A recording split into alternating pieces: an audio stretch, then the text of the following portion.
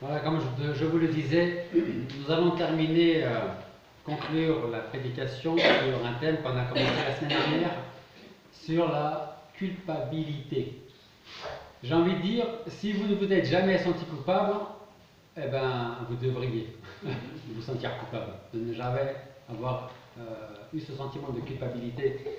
Parce que nous avons tous, à un moment ou à un autre, ressenti, vécu ce sentiment de culpabilité et tout ce qui va avec. Je ne sais pas si vous êtes de grands amateurs de films un peu thriller comme Agatha Christie par exemple. Je ne sais pas s'il y a beaucoup de fans d'Agatha Christie ici. Pas thriller, mais vous savez, où il y a quand même un certain suspense. Je vous dis ça parce qu'on raconte l'histoire c'est un romancier. Un romancier, alors on pourrait dire que c'est peut-être Agatha Christie, hein, ça peut être tout à fait son style, qui raconte l'histoire d'un personnage qui a commis un meurtre. Donc, quelqu'un tue une autre personne, il est tellement hanté par son acte qu'il commence à entendre les battements du cœur de sa victime qu'il a enterré dans le sous-sol de sa maison. Alors, vous pouvez essayer d'imaginer un petit peu les sueurs froides que le meurtrier, le coupable, a en entendant les battements du cœur de celui qui vient de tuer. En fait, ces mêmes battements finissent par lui faire perdre la raison, ne réalisant pas en fait que les battements qu'il entendait n'étaient pas celui du corps enseveli dans sa cave, mais celui de son propre cœur, qui lui disait « Tu es coupable, tu es coupable, tu es coupable ». Ça, c'est pour vous donner une certaine image de toute conscience qui n'est pas délivrée de ce sentiment de culpabilité et qui n'a pas été pardonné. Alors je pense, il y a plusieurs passages qu'on pourrait voir dans la parole de Dieu, mais pour ce matin, je voudrais qu'on retourne dans les psaumes et qu'on lise ensemble le psaume 32. C'est un psaume de David. Le psaume 32.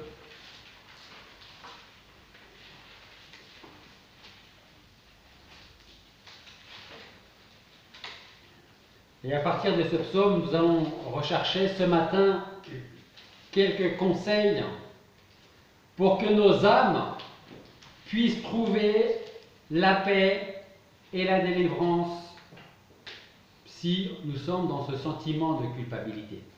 Psaume 32. Heureux celui dont la transgression est pardonnée et dont le péché est couvert.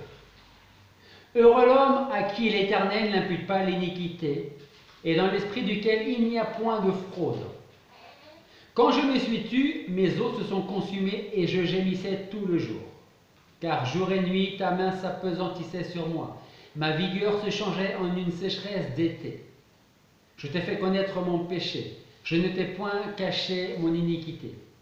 J'ai dit, je confesserai mes transgressions à l'Éternel, et tu as ôté la peine de mon péché. C'est pourquoi tout fidèle t'invoquera autant qu'on te trouve, et quand les grandes eaux déborderaient, seul il n'en serait pas atteint. Tu es ma retraite. Tu me garantis de la détresse. Tu m'environnes de chants de délivrance. Je te rendrai intelligent, m'a dit l'Éternel, je t'enseignerai le chemin où tu dois marcher, je te conduirai, mon œil sera sur toi. Ne soyez pas comme le cheval et comme le mulet sans intelligence, et dont il faut serrer la bouche avec un mors et un frein, de peur qu'il n'approche de toi. Beaucoup de douleurs atteindront le méchant, mais la grâce environnera celui qui se confie en l'Éternel. Juste, réjouissez-vous en l'Éternel et égayez-vous. Chantez de joie, vous tous qui avez le cœur droit. Prions. Père Céleste, nous voulons te demander une fois de plus de nous préparer pour recevoir ta parole et ton enseignement et réaliser vraiment que la délivrance de notre culpabilité ne se trouve que en Jésus-Christ, dans son sacrifice, dans sa vie exemplaire. Et nos yeux doivent être tournés vers lui, vers son exemple, afin de lui ressembler toujours plus. Et savoir que nous pouvons être délivrés de ce sentiment de culpabilité qui peut vraiment nous abattre, qui peut vraiment nous rendre faibles, nous faire tomber. Merci Seigneur, parce que c'est toi qui es notre délivrance. Comme nous venons de le lire, tu es notre haute retraite, notre rocher sur lequel nous pouvons tenir ferme dans les moments de difficulté. Tu es notre forteresse. Parle dans nos cœurs ce matin, instruis-nous. Et tout cela pour ta gloire. Et c'est en ton nom que nous te prions. Amen. Alors le psaume 32, comme vous pouvez le voir, est écrit par le roi David, qui a connu bien des luttes, bien des difficultés. Je ne sais pas si on pourrait comparer nos difficultés à celles de David, parce que nous savons ce que nous savons de lui à travers la parole de Dieu, mais il y a certainement d'autres choses qu'il a dû vivre, connaître et qu'on ne sait pas de nous. Dans les 2 premiers versets de ce psaume, David explique le bonheur du pécheur auquel Dieu a accordé son pardon. Et on va revenir plus tard sur ce pardon qui, vous allez le voir, est la clé pour être délivré du sentiment de culpabilité.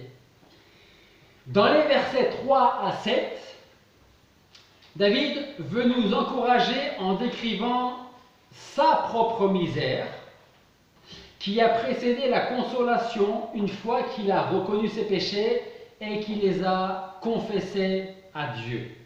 Donc, dans les 2 premiers versets, David parle du bonheur que le pécheur peut connaître parce qu'il a reçu le pardon de Dieu. Et dans les versets 3 à 7, il va dire comment pouvoir récupérer, pouvoir trouver ce pardon, c'est en confessant nos péchés. Et puis enfin, dans les versets 8 à 11, David invite les pécheurs à la repentance. Et il exhorte les chrétiens à se réjouir en Dieu. Alors, la semaine dernière, je vous parlais de la vraie culpabilité et de la fausse culpabilité. Je vous dis ça parce que si dans les derniers versets, David nous invite à la repentance, il nous invite à la vraie repentance et non pas à la fausse repentance. Alors, je ne vais pas prêcher sur la vraie repentance et la fausse repentance ce matin, mais si vous vous posez la question, quelle est la vraie repentance et la fausse? La vraie repentance, c'est reconnaître vraiment nos péchés et dire « je ne veux plus persister dans ces péchés ». La fausse repentance, ça peut être un faux sentiment de culpabilité en se disant « je ne me sens pas bien, je vais voir ce que je peux faire », tout en sachant qu'on ne va pas faire grand-chose en fait. Ça, c'est la fausse repentance, mais ça, c'est notre prédication, peut-être pour un autre jour. Donc, je voudrais utiliser le psaume 32 pour retirer au moins 4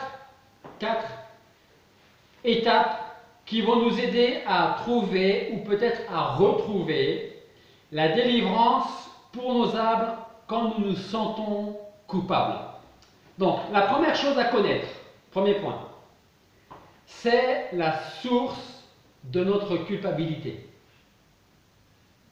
Alors, je ne sais pas si je vous l'ai demandé la semaine dernière, je pense que oui, mais je vais vous le redemander ce matin. Quelle est selon vous la définition de la culpabilité? Qu'est-ce que le Larousse, qu'est-ce que le dictionnaire pourrait donner comme définition de la culpabilité selon vous?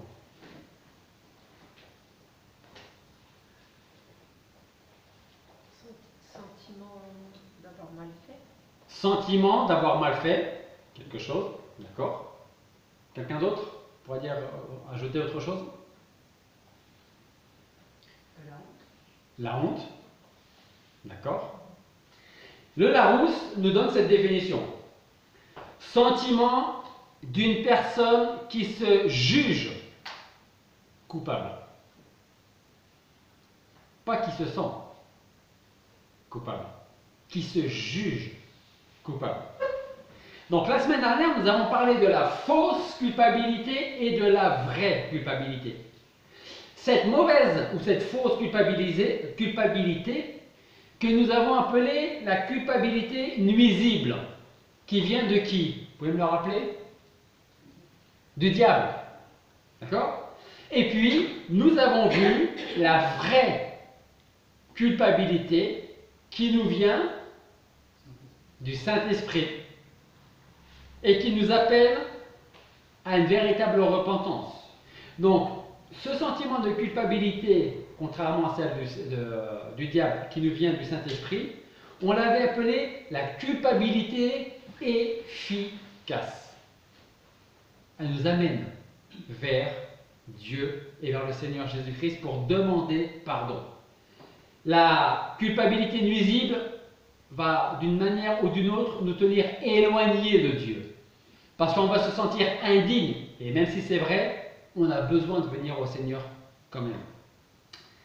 Alors, je n'ai pas besoin de vous convaincre pour vous dire que des études de psychologie ont mis en évidence que de constantes condamnations venaient d'une fausse culpabilité. D'accord? Et cette fausse culpabilité peut avoir des effets néfastes et nous empêcher de vivre normalement, comme la vraie culpabilité d'ailleurs. Mais comme on l'a dit, la fausse c'est pour nous enfoncer, la vraie c'est pour nous relever. Ça c'est le travail de celui que la Bible appelle l'accusateur des frères. On trouve ce passage en Apocalypse, quand Satan est appelé l'accusateur des frères. Lui qui vient devant le Seigneur, devant Dieu, qui dit « Tu as vu un tel et un tel et un tel ?» Et puis à la droite de Dieu, nous avons le Seigneur qui intercède pour nous et qui prend notre défense. Le diable, je veux le rappeler, aime rappeler à Dieu les fautes que nous avons commises.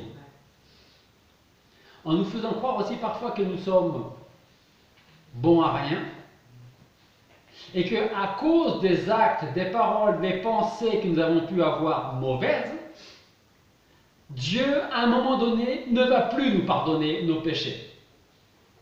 Mais heureusement que Dieu est patient. Heureusement que Dieu est lent à la colère. Je ne sais pas qui est le plus patient d'entre nous tous ici. Mais heureusement que Dieu n'a pas la patience de celui qui est le plus patient ici, parce que même le plus patient ou la plus patiente a des limites à sa patience. On ne peut pas limiter Dieu dans sa patience, dans son amour, dans son jugement, dans tous ses attributs. Et puis il y a la culpabilité efficace, comme je vous le disais, celle qui vient du Saint-Esprit, celle que la Bible appelle la conviction de péché, qui nous dit « oui, j'ai péché ». Oui, j'ai péché. On a parlé la semaine dernière du fils prodigue. David, dans le psaume 51, nous dit « J'ai péché contre toi avant toute autre chose ». Le fils prodigue disait « J'ai péché contre Dieu et contre toi, mon Père, mais d'abord contre Dieu ». Ça, c'est l'action accomplie par le Saint-Esprit dans notre conscience, dans notre vie, concernant les choses que nous allions faire de mauvaises ou les choses mauvaises que nous avons faites. La culpabilité, quoi qu'on en pense, a sa place dans nos vies. Ça peut être comme la douleur, elle n'est pas agréable, parce qu'on n'a pas forcément envie de se sentir chaque jour coupable, ça c'est sûr, mais elle est utile pour nous prévenir qu'il y a quelque chose entre nous et Dieu, premièrement, qui ne va pas. Et ensuite peut-être entre nous et quelqu'un d'autre.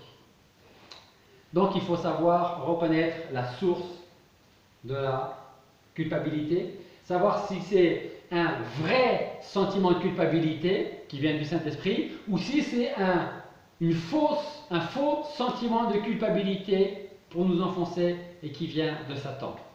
Le deuxième point, c'est savoir quelle est la source de la culpabilité. Regardez les deux premiers versets avec moi, Psaume 32.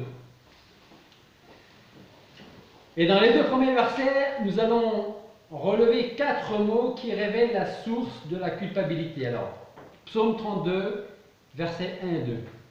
Heureux celui dont la transgression est pardonnée et dont le péché est couvert. Heureux l'homme à qui l'Éternel n'impute pas l'iniquité et dans l'esprit duquel il n'y a pas de fraude. Ça, c'est ce qu'on trouve dans les deux premiers versets. Et dans ces deux premiers versets, il y a donc 4 mots qui révèle la source de la culpabilité. Le premier mot, c'est la transgression. Transaction, pardon. Transaction, c'est autre chose. Transgression. Transgresser, c'est une action de passer au-delà de quelque chose. C'est franchir une limite interdite.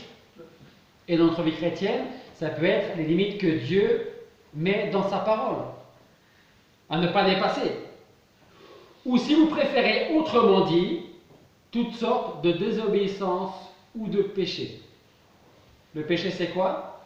C'est la transgression de la loi de Dieu. Et comme on avait pu le voir à travers les études, si on n'avait pas de loi, on ne saurait pas qu'on a péché. Mais parce qu'il y a une loi, qu'on la connaît et que malheureusement on la transgresse, cela fait de nous des pécheurs. D'où le bon sentiment de culpabilité. Donc premièrement, la transgression. Deuxièmement, c'est le péché. Le péché, on pourrait dire que c'est manquer le but que Dieu attend de nous. Personne n'arrive à être aussi parfait que Dieu l'exige. Parce que si c'était le cas, le Seigneur n'aurait pas eu besoin de mourir sur la croix. C'est parce que nous sommes imparfaits et que nous ne pourrons jamais arriver aux exigences de Dieu que Jésus-Christ est mort sur la croix à cause de nos péchés. Donc transgression, péché, il y a un autre mot. Est-ce que vous voyez lequel c'est dans le verset 2? Iniquité. Iniquité. C'est quoi l'iniquité? On va dire c'est le péché. C'est vrai. L'iniquité, c'est, ou ça peut être la perversité, le mal moral, s'exposer à la culpabilité. Et ça va engendrer d'autres choses. Le dernier mot qu'on voit toujours dans le verset 2, qui est la fraude. Action faite souvent avec mauvaise foi, dans le but de tromper, de nuire. Voilà, dans le but de nuire. Si on fait quelque chose sans rechercher à nuire ou à frauder, ça ne devient plus de la fraude. D'accord ? Mais là, dans ce cas-là, c'est une action faite avec mauvaise foi dans le but de tromper ou de nuire à quelqu'un. Et généralement, on commence par nuire à Dieu avant de nuire aux autres. Donc, d'après les définitions de ces 4 mots, j'ai envie de dire que nous avons tous franchi les limites fixées par Dieu.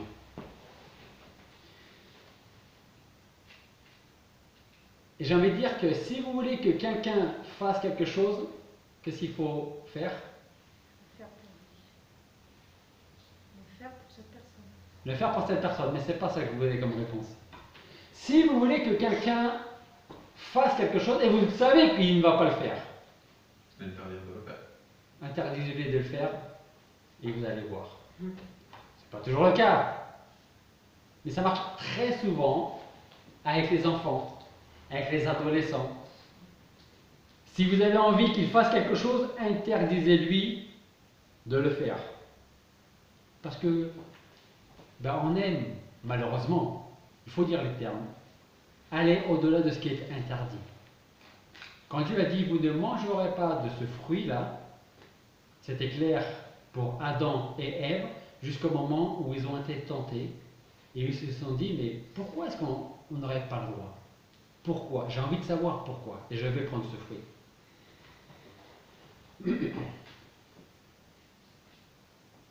Jacques nous dit, quiconque observe toute la loi, entre autres les 10 commandements, mais pêche contre un seul commandement, devient coupable de tous. Combien, à votre avis, faut-il de fissures dans une vitre pour qu'elle soit cassée? Je crois que j'ai entendu. Pour qu'elle soit cassée, il faut combien de fissures? Une seule. On n'a pas besoin de 50 fissures. Okay? Une seule fissure fait d'une vitre qui est cassée. Ça veut dire qu'on n'a pas besoin de violer toutes les lois du pays. On n'a pas besoin de violer toute la loi de Dieu pour être transgresseur et pour avoir le sentiment de culpabilité. Transgresser un seul commandement de Dieu fait de nous un pécheur. Et je me souviendrai toujours d'un culte de Noël à Pradines où des voisines étaient venues et où j'essayais d'expliquer le péché et que je disais qu'à nos yeux, voler une pomme ou tuer quelqu'un, forcément, on ne va pas vous mettre en prison parce que vous avez volé une pomme, en tout cas en France, mais vous avez plus de chances d'aller en prison si vous avez tué quelqu'un. Aux yeux de Dieu, c'est le même péché. Et quand j'expliquais ça, la personne a fait un peu comme ça en disant c'est un peu n'importe quoi ce que tu dis. Dieu ne va pas me condamner parce que j'ai volé une pomme, peut-être parce que j'avais faim.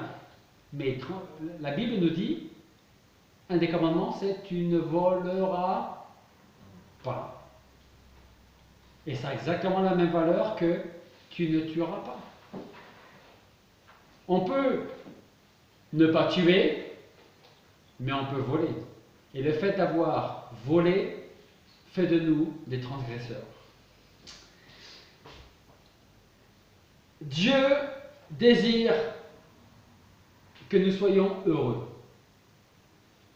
Et, alors je ne sais pas si c'est un sentiment qu'elle a, mais j'ai l'impression qu'avec tous les malades qui sont autour de nous, j'ai l'impression qu'on peut être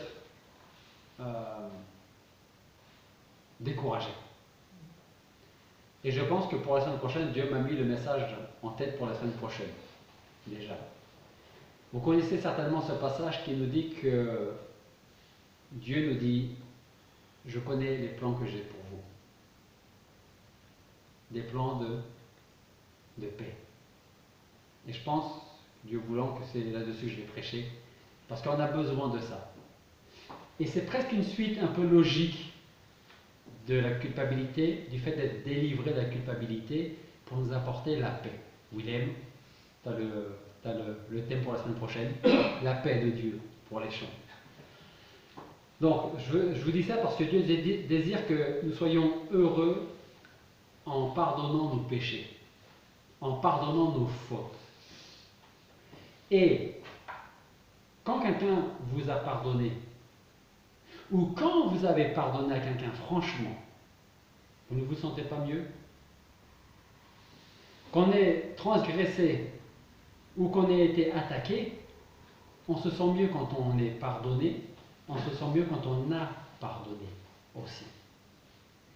Les gens pardonnés, c'est ce que David dit, sont les gens les plus heureux. Parce que vivre jour après jour, jour après jour, année après année, avec le sentiment de culpabilité, sans jamais avoir le sentiment d'être en paix, sans avoir le sentiment d'être délivré de la culpabilité, j'aimerais pas vivre comme ça.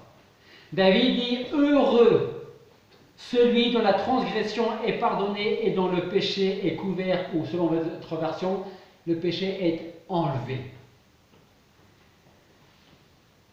Et en relisant les 2 premiers versets, nous comprenons que Dieu nous parle de ce pardon dont nous avons tous besoin et sans lequel nous sommes tous perdus.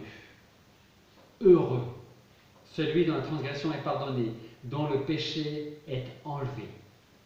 Le péché est la seule cause de notre misère et du sentiment de culpabilité. Et le pardon de Dieu, c'est le commencement du bonheur et de la paix.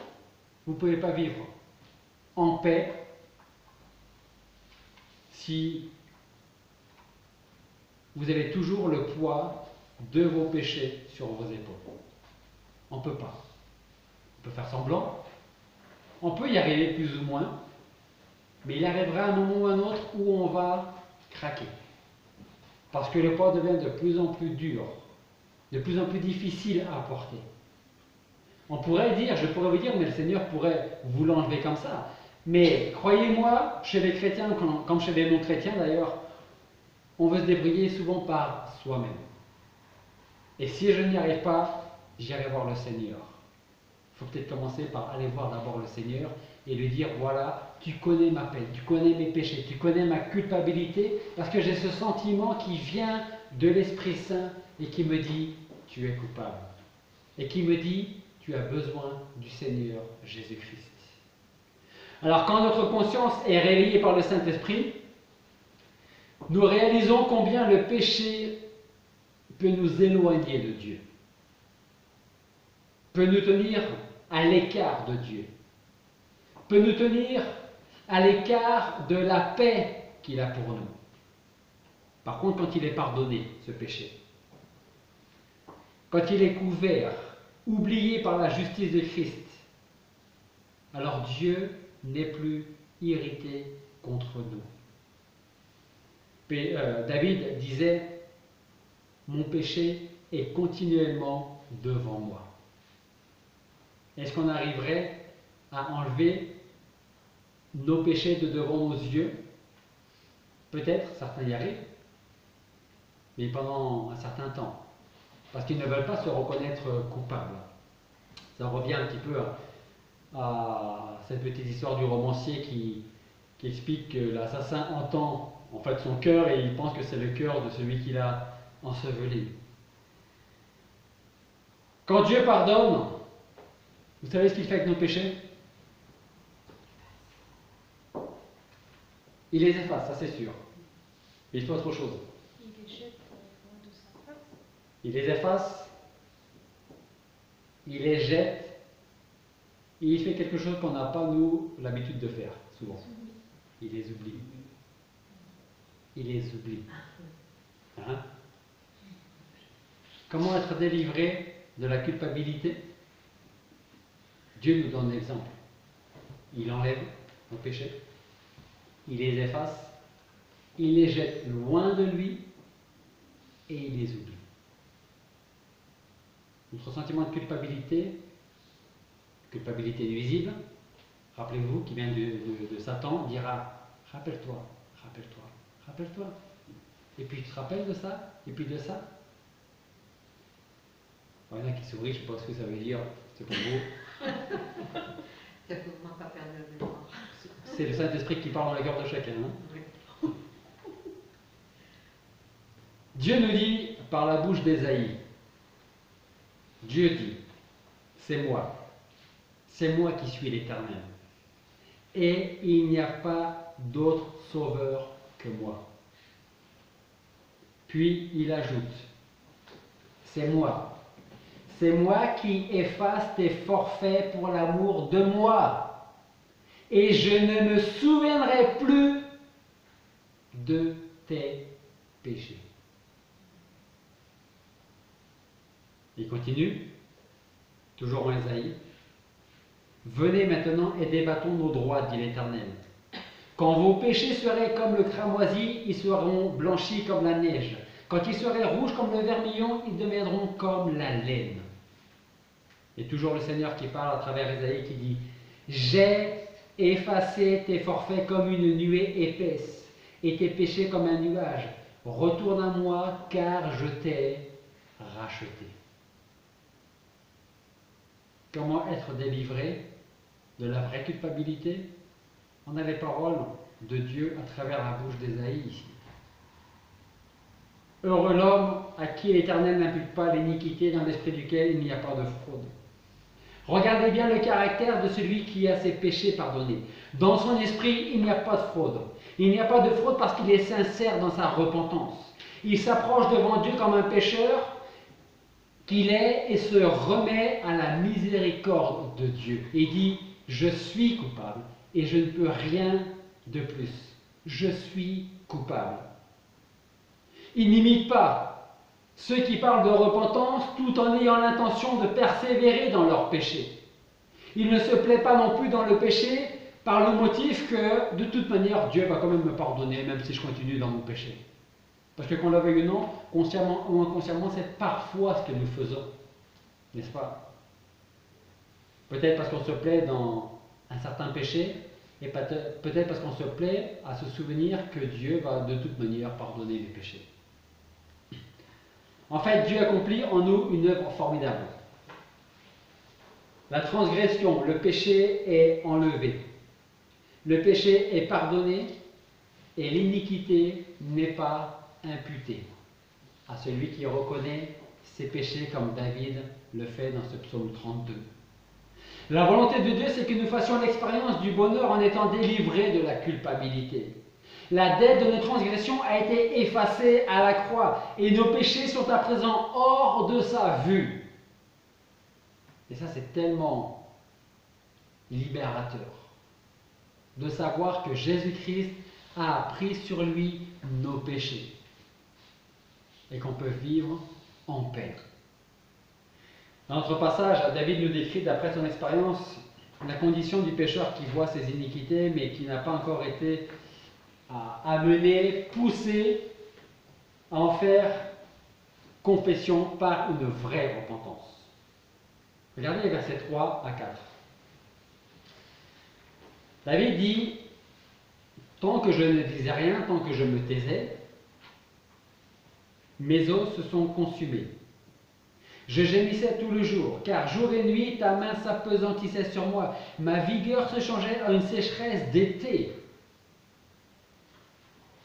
Tant que je ne reconnais pas mes péchés, je ne peux pas être délivré du sentiment de culpabilité. Malgré cela, nombreux sont ceux qui ne veulent pas écouter leur conscience, et encore moins le Saint-Esprit lorsqu'il parle, lorsqu'il convainc de péché. Et qu'est-ce qui se passe dans ces cas-là, quand on ne veut pas écouter le Saint-Esprit? Eh bien, David le dit. Quand je me suis tu, mes os se sont consumés, je gémissais tout le jour. Je t'ai fait connaître mon péché, je ne t'ai point caché mon iniquité. J'ai dit, je confesserai mes transgressions à l'Éternel, et tu as ôté le péché, la peine de mon péché. David disait, tant que je ne disais rien, tant que je ne reconnaissais pas mes péchés, en fait, j'étais un perdant.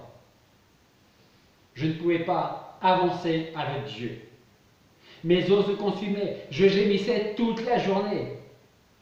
Pendant un certain temps, David a refusé de considérer sa culpabilité et parfois nous pouvons faire exactement la même chose. Et dans ce cas-là, qu'est-ce qui se passe?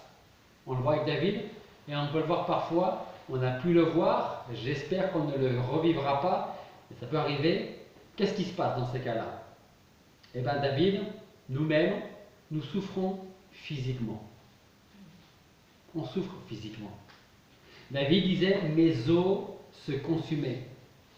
On n'a pas besoin d'études pour démontrer que ceux qui régularisent leur situation et rejettent les choses mauvaises vivent mieux que les autres en général. Quand on est face à face avec la réalité de notre vie. David déprimait émotionnellement. Il disait, je gémissais tout le jour, tant que je ne confessais pas mes péchés.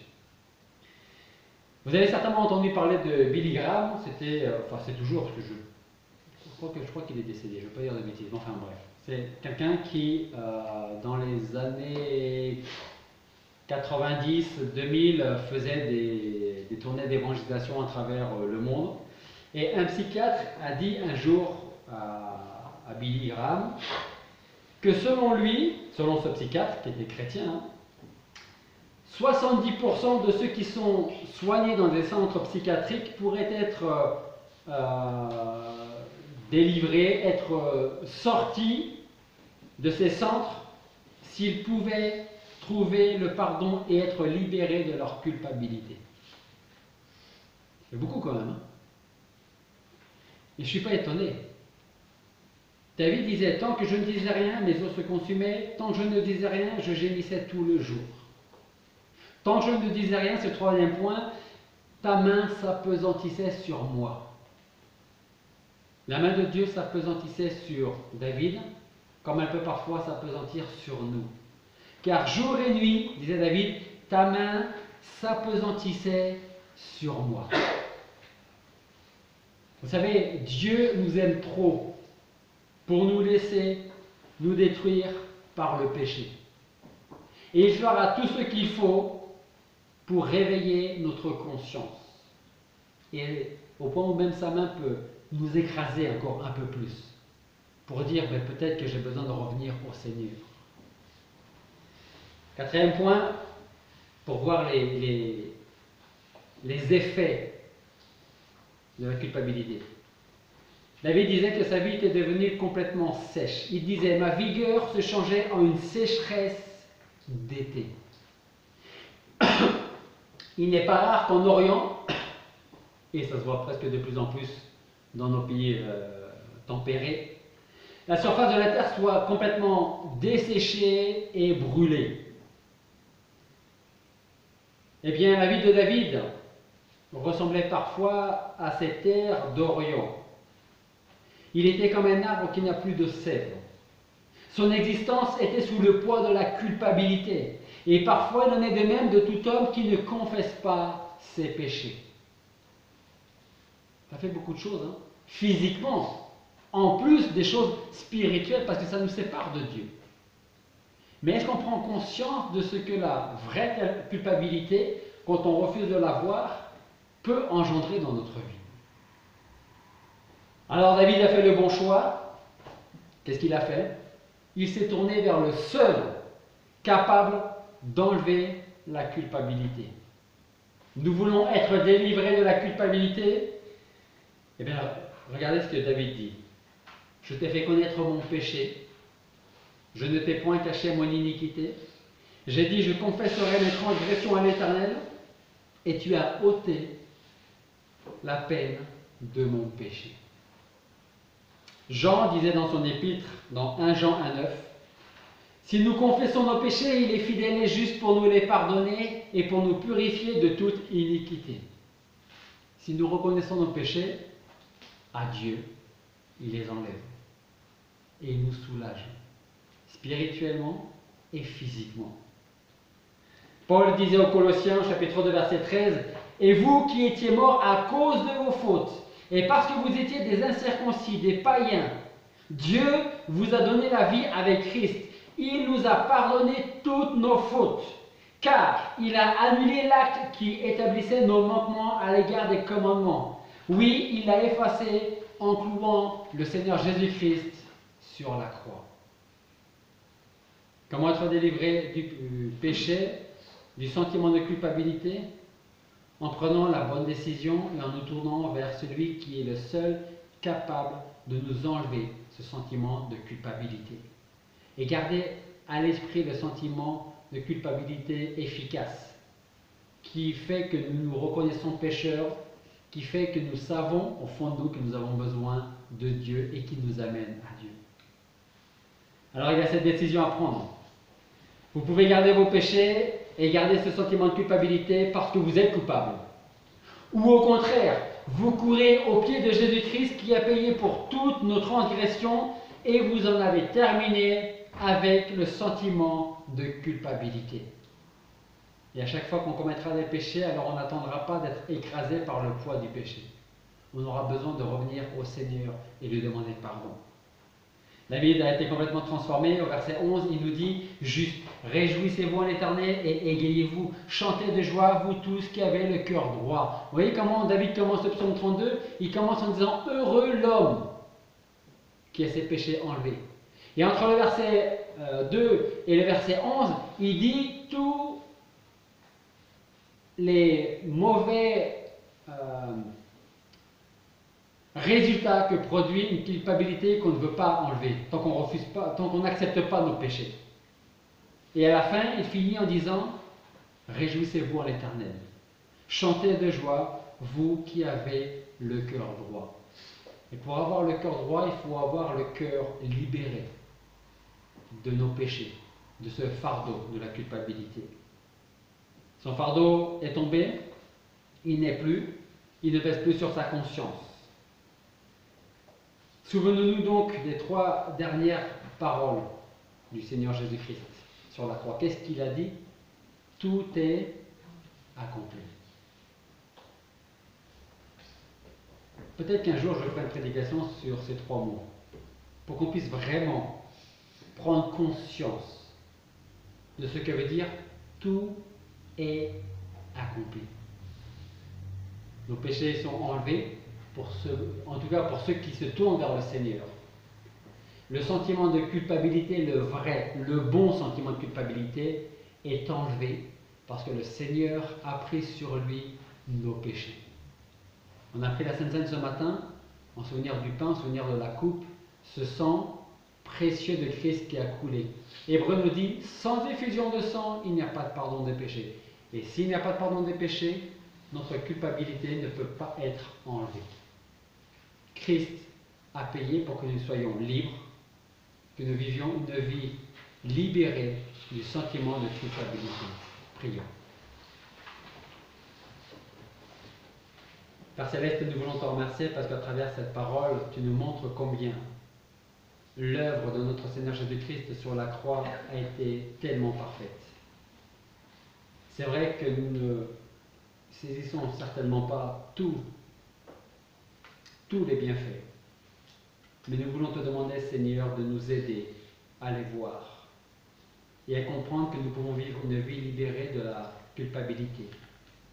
Et en même temps, nous voulons te dire merci parce que ton esprit nous donne ce sentiment de culpabilité qui nous permet de savoir, de réaliser que nous sommes pécheurs, que nous avons mal agi et que nous avons besoin de revenir vers toi pour te demander pardon, avec une véritable repentance, avec ce désir d'abandonner ces péchés qui nous attaquent tellement souvent et qui sont dans nos vies tellement souvent. Seigneur, merci pour ta grâce, ton pardon. Merci parce que quand tu enlèves nos péchés, tu les jettes loin derrière toi, tu les jettes loin dans la mer et tu ne te souviens plus de nos péchés.